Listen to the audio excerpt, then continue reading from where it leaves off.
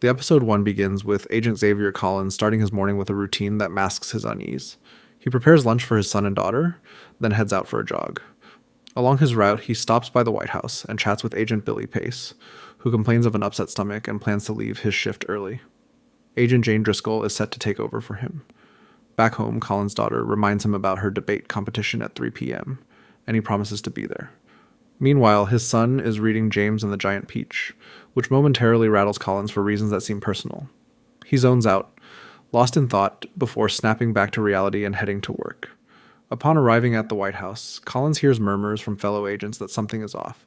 The president isn't up yet, which is unusual. He decides to check on President Cal Bradford himself. Knocking on the door, he gets no response. Entering the room, he freezes at the sight. Bradford lies lifeless on the floor, a pool of blood spreading beneath him. Flashback. 5 years earlier, Collins sits across from Bradford in the Oval Office during his interview to become the president's lead agent. Bradford, a man known for his bluntness, tells Collins he made the shortlist because he's the best of the best, and because he's black. Bradford admits it's all about optics, ensuring his progressive Southern image appears authentic. Collins is visibly unimpressed but remains professional. Their conversation ends with an exchange of dry jokes about history and foreign policy. Back to the present, Collins checks Bradford's vitals. He's gone. Scanning the room, he notices key details: 2 wine glasses, a cigarette butt, and a pack of cigarettes. A trail of blood leads toward the balcony, and nearby 2 earrings rest on a table. Panic rising, Collins opens the closet and finds the president's safe has been broken into. Jane radios in, asking if everything is okay. Collins hesitates before replying that he needs a moment. He eventually instructs her to lock down the residence, but delay notifying Agent Robinson. Jane follows orders, keeping the White House locked down for 30 minutes before informing Robinson. Collins immediately calls Pace, using the code Christian Leitner, a signal for emergency action. Pace, despite his earlier complaints, rushes back. Another flashback. Collins' first week as lead agent, Bradford asks Collins about his family. The agent shares that he has a wife and 2 kids. Bradford, reflecting on his own troubled marriage, muses that even his own wife probably didn't vote for him. Present. Investigating the crime scene. Collins heads to the security room, where he and Agent Garcia review footage. A flashback reveals the night of the murder. Bradford arguing with a mysterious woman. Later, security footage shows Bradford cooking dinner for his son, only for the boy to leave abruptly. Later that night, he drinks wine and shares laughter with another woman, the same woman seen wearing the earrings left at the crime scene. As Collins studies the footage, a chilling realization sets in. He was the last person to see Bradford alive. A deadly revelation. More security footage exposes unsettling details. Collins left the president's room at 10:04 p.m., relieved by Pace at 10:32 p.m. Pace does a routine check, but soon after he naps on the couch in front of the TV from 10:42 p.m. to 12:13 a.m. During this time, all security cameras go offline. Even more suspicious, Jane logs in for work during these missing hours. Collins leaves Garcia and walks in on Pace and Jane deep in conversation. Sensing something is off, he tells Jane to finally report the murder. Shortly after, the coroner arrives. Outside, Mrs. Bradford arrives demanding answers, but no one provides her with one. Collins is taken upstairs for questioning. 2 agents press him, since he was the last to speak with Bradford. At this moment, Agent Robinson finally appears. Collins immediately recognizes her. She was the woman in the footage entering Bradford's bedroom. The earrings left at the scene? They were hers. The final conversation. A flashback takes us to Bradford's bedroom on the night of his murder. He retrieves a tablet from his safe, calling it the news of the world. Pouring himself a drink, he invites Collins to join him. Collins refuses. Bradford notes their strained relationship, lamenting how Collins no longer calls him sir. He pushes Collins to be open with him, but Collins, visibly irritated, refuses again. Bradford then asks, "Will you ever forgive me for what happened?" During this exchange, Collins recalls a personal story. His wife chose their son's name because of James and the Giant Peach. The memory lingers, and a heavy pause follows as Collins, in an unguarded moment, mutters that he may never sleep peacefully again, unless Bradford is dead. A high-stakes secret. Another flashback takes us to a classified meeting. Collins, newly recovered from his gunshot wound, is summoned to a room full of high-ranking officials. He's offered the highest level of security clearance. He hesitates, but a woman previously seen arguing with Bradford mentions that as a father, he should accept it. Collins agrees. Bradford then asks him, "Are you aware of what's happening in Colorado?" A shocking reality. Back in the present, Collins leaves the White House and jogs home. Along the way, he observes subtle oddities, people using bracelets to enter cars, children paying for ice cream with electronic wristbands, and a man picking up mechanical ducks from a pond. Stopping in his tracks, Collins pulls out the pack of cigarettes he took from the crime scene. He inspects one and finds a series of numbers written on it. He looks up at an electronic sign overhead. Dawn delayed by 2 hours. The truth revealed. In a final flashback, the high-level meeting continues. Collins is told that the world is on the brink of catastrophe, an event that could lead to human extinction. To ensure survival, they have begun construction of the largest underground city ever built, hidden beneath a mountain in Colorado. As the camera pans up, the truth is revealed. Collins, the agents, and the entire city are not in the real world anymore. They are inside a dome, an underground metropolis, designed as a refuge after a devastating apocalypse. The episode begins 12 years earlier, as Samantha, also known as Sinatra, gathers the world's brightest minds aboard a private plane. Among them is an urban planner who appears uneasy about flying. As they converse, Sinatra presents a bold question. If given unlimited resources, could he build a self-sustaining underground city for 25,000 people, capable of withstanding nuclear attacks and environmental catastrophes? The planner finds the idea nearly impossible, noting the excavation alone would require a space as vast as Toledo. Upon landing, the passengers are blindfolded and led to an undisclosed location. When the blindfolds are removed, they find themselves inside a massive underground cavern, hidden beneath the mountains of Colorado. Sinatra turns to the urban planner and orders him to build her city. Back to the present, Collins stares at the cigarette he retrieved from the crime scene, perplexed by the 6-digit number scrawled on it. Outside, the city appears unremarkable. Its streets, its people, all seemingly normal. Yet something about it feels off. At Sinatra's home, she struggles to write a eulogy for President Bradford. As she drafts her speech, her husband stirs in bed nearby. The episode flashes back to their first encounter at a bar. Sinatra, then a tech entrepreneur, celebrates the sale of her startup, Domain, a cloud storage company. She confidently predicts that within a year, she'll be worth $34 billion, making her the richest self-made woman in history. Her future husband jokes that he too has something to celebrate. He just won a softball game. Their instant chemistry blossoms into a relationship. However, their seemingly perfect life is soon shaken by tragedy. In another flashback, Sinatra and her young son are at a grocery store. She treats him to an ice cream sandwich, and he happily eats it while riding a mechanical horse outside. But as she takes a call approving a business merger, she looks back to find her son slumped over, unconscious. Collins under suspicion. Collins is startled awake from a haunting dream, one involving a tragic event on a plane while speaking to his wife. Jolted back to reality, he hears noises from downstairs. Walking into the kitchen, he finds Agent Pace making breakfast for his children, James and Presley, while Agent Robinson watches silently. Robinson tells Collins he needs to come with her for questioning. Pace reassures him that he'll make sure the kids get to school. At headquarters, Collins is hooked up to a lie detector machine.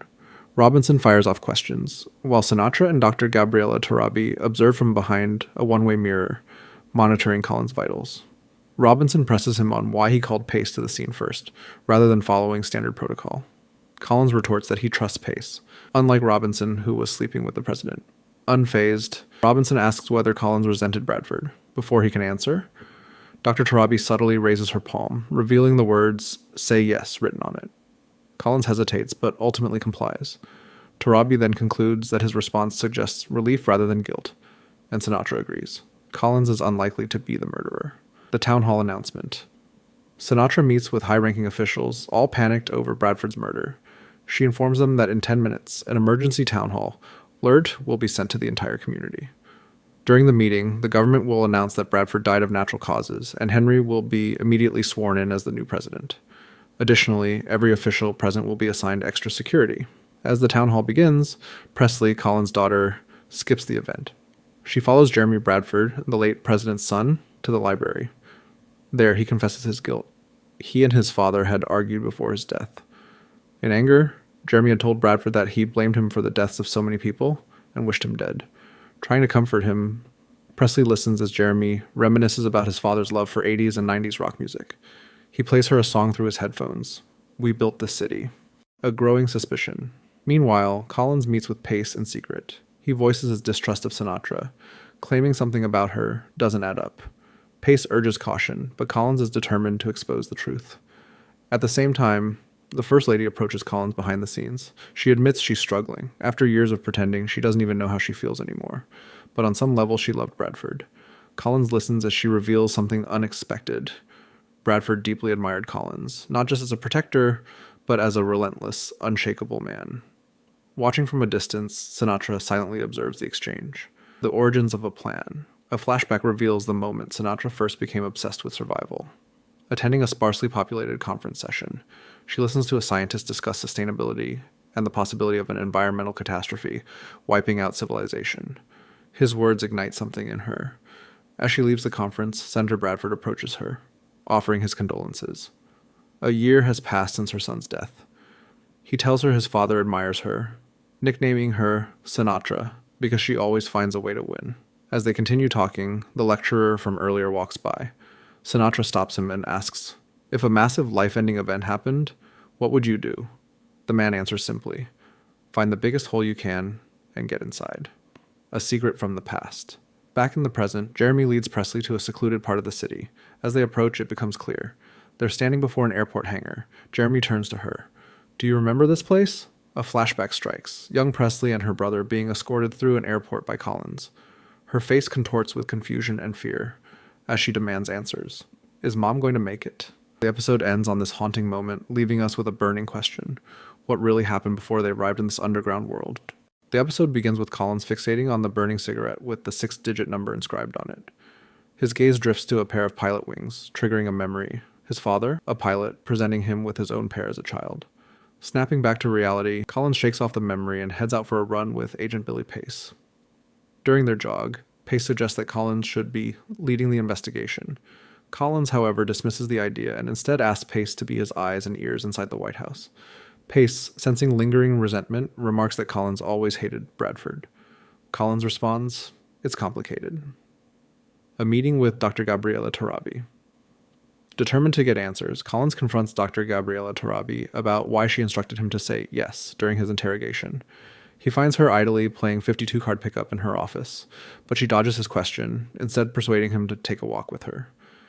As they stroll, Dr. Tarabi subtly hints that her office may be bugged by Sinatra and the board. She then shifts the conversation, asking Collins what he remembers about their one-on-one therapy session from years ago. Collins recalls little. Tarabi reminds him that he was the first person to ever plead the fifth in therapy, and the only person who was even more closed off at first was Bradford. However, Bradford eventually opened up to her. She reveals that she met with the president the day before his death, and something about him was off. He looked exhausted, burdened, and was stumbling drunk in her office. Collins pushes back to why she helped him in the interrogation, but Tarabi deflects. Instead, she reveals that she recently revisited his file and wants to know more about his father, why they stopped speaking. Flashback, Collins and his father. The scene flashes back to Collins as a young agent, meeting his father at an airport hangar for a game of chess. His father, a respected pilot, expresses pride, but notes that Collins would have made a great pilot himself, if not for his poor eyesight. During their conversation, Collins shares some big news. His wife, Terry, is pregnant with their first child, Presley. Back in the present, Collins brushes off Dr. Tarabi's questions, claiming there's nothing significant about his father, but she isn't convinced. She tells Collins she's willing to take a chance on him and share more about Bradford, but first she needs to know more about the man she's trusting. The investigation into Bradford's death. Meanwhile, Agent Robinson and Sinatra visit the coroner, who delivers the results of Bradford's autopsy. They confirm that the murder weapon was likely a heavy, sharp object, and bruises on Bradford's hands indicate a struggle.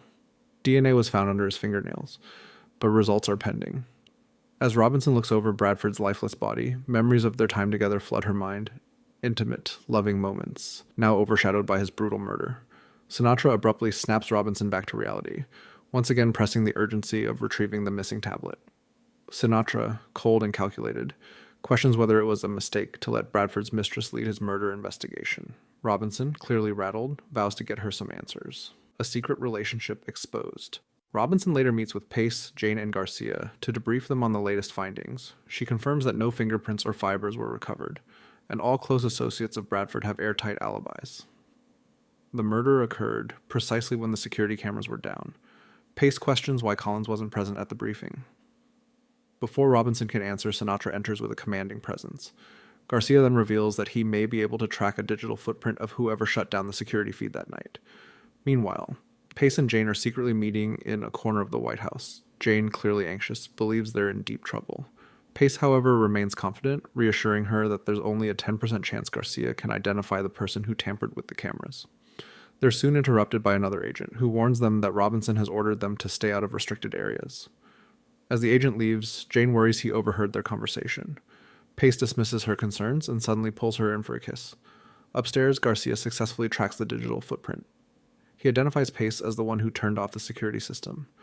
Robinson and Sinatra waste no time bringing both Pace and Jane in for questioning. Under pressure, Pace admits to shutting down the cameras, but insists it wasn't the first time. Before Sinatra can press further, Jane hastily interjects, claiming they did it occasionally to play Wii tennis. Sinatra gives them both a look of utter disbelief, Colin's deepest regret. Collins and Tarabi continue their conversation at a supermarket. She reveals that she played a key role in designing the psychological structure of paradise, helping grieving people form a semblance of community. She jokingly calls herself the architect of well-being. Once again, she pushes Collins to open up about his father. In another flashback, Collins visits his father for another chess match. This time, he notices something different. His father's hands no longer tremble. His father admits to being on medication. As they talk, Collins' father notices his new lapel pin. He's been assigned to the president's detail. Collins decides to surprise his father, offering him a chance to see Air Force One. They head into the airport hangar, where his father stands in awe of the aircraft. Then Collins drops the bombshell. He submitted his father's retirement papers on his behalf. His father's expression changes from admiration to heartbreak. Collins thought he was protecting him, but his father saw it as a betrayal, a tense encounter, and a shocking revelation. Back in the present, Collins tells Dr. Tarabi that his relationship with his father was never the same after that day.